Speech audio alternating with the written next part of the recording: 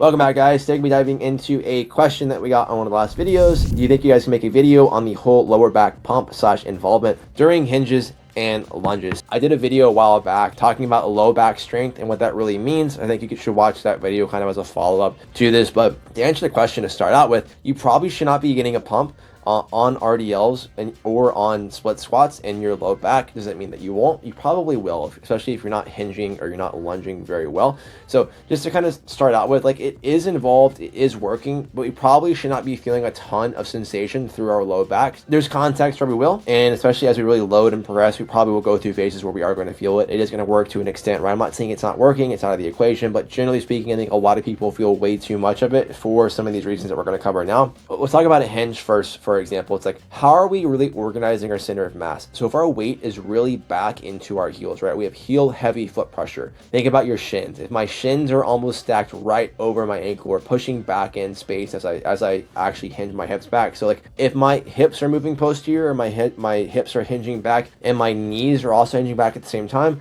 I don't want to be hinging through my knees and through my pelvis at the same time. I want my knee to be kind of fixed, right? So I have a nice strong foot position, a nice strong knee position, and my hips are moving independent of those things. Coinciding with that, a lot of the time, you're going to see the torso angle. So instead of us kind of like hinging nice towards the ground, as we hinge, we kind of look really squatty, kind of end up right here, right? It looks almost more like a trap bar deadlift. So when we're doing that, we're just in a weaker position. Like if I were to come to the front of you while you're doing a hinge that's very heel heavy and I pushed you a little bit, you're going to fall on your ass, right? You have a nice mid-foot pressure, kind of a nice forward lean, maybe a slightly forward chin angle. I tend to teach that because it helps us get into a stronger position, helps us really overemphasize mid-foot pressure. So it's like if I'm going to really know that I want to push back into my heels, right? I want to fight myself as I go through that hinge. I'm going to overemphasize things that are going to help me get forward, right? Get my center of mass forward, so I now have actually room to push my center of mass back. As a concept, like if my center of mass is already back, I can't push myself back anymore. I need to get a better counterbalance. I need to get a stronger weight distribution so I can actually afford to move my hips back in space. So kind of just looking at, okay, how's my foot pressure? Am I more heel heavy or am I more midfoot or like toe heavy? When I say push into the toes, I don't want heels actually coming off of the ground. But I do want us to get out of that bias of getting it, so heel heavy. So look for more mid-foot pressure, more of a forward shin angle, and make sure our torso is actually dropping to the ground. I'll often just cue drop your chest. That doesn't mean hunch over, right? Probably keep a long spine, make sure we're stacking ribcage and pelvis, but I'll kind of allow yourself to actually drop towards the ground. The next thing that I would look at is going to be, what is the bar path? And also, how does that coincide with our lat engagement? So we're looking at an exercise like a Romanian deadlift. We're holding weights in our hands. There is a link from upper body to lower body, right? I need to be able to hold the weight.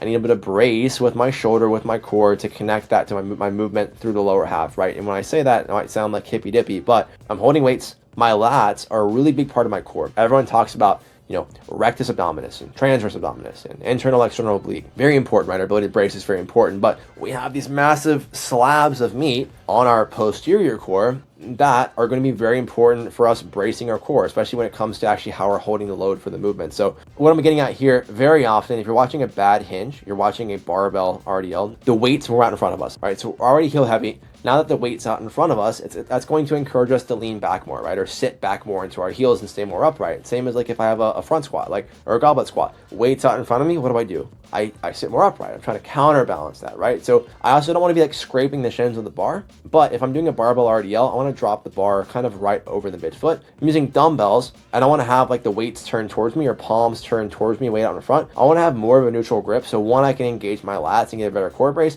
but also it's just easier for me to track that weight straight down to my midfoot. I can balance myself out easier and I can find that midfoot pressure easier. So those are things I think are super important. Where's our center of mass? Okay, midfoot pressure, what's the shin angle doing? Are we actually allowing ourselves to hinge over with our torso angle?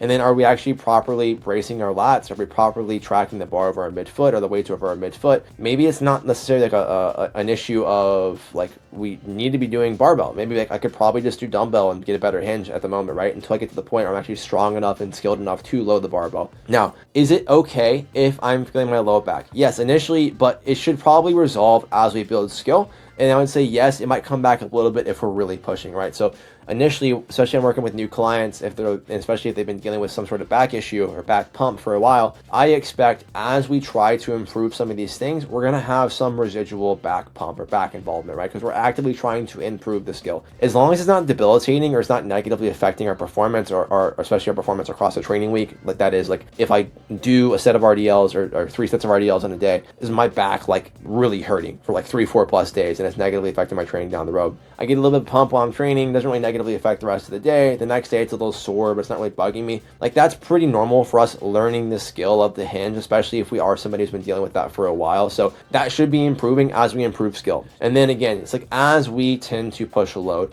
push intensity, whether that's relative intensity, we're just doing more reps at the same weight, or pushing load to really progress load there. It's like if that comes back a little bit, again, probably a bracing issue, probably a skill issue. Those things are going to come up if we're pushing on any exercise, right? So then it's just recalibrating that. Okay, I understand the things that are making this occur. How can I now fix that and make qualitative progressions within that same weight or same rep range?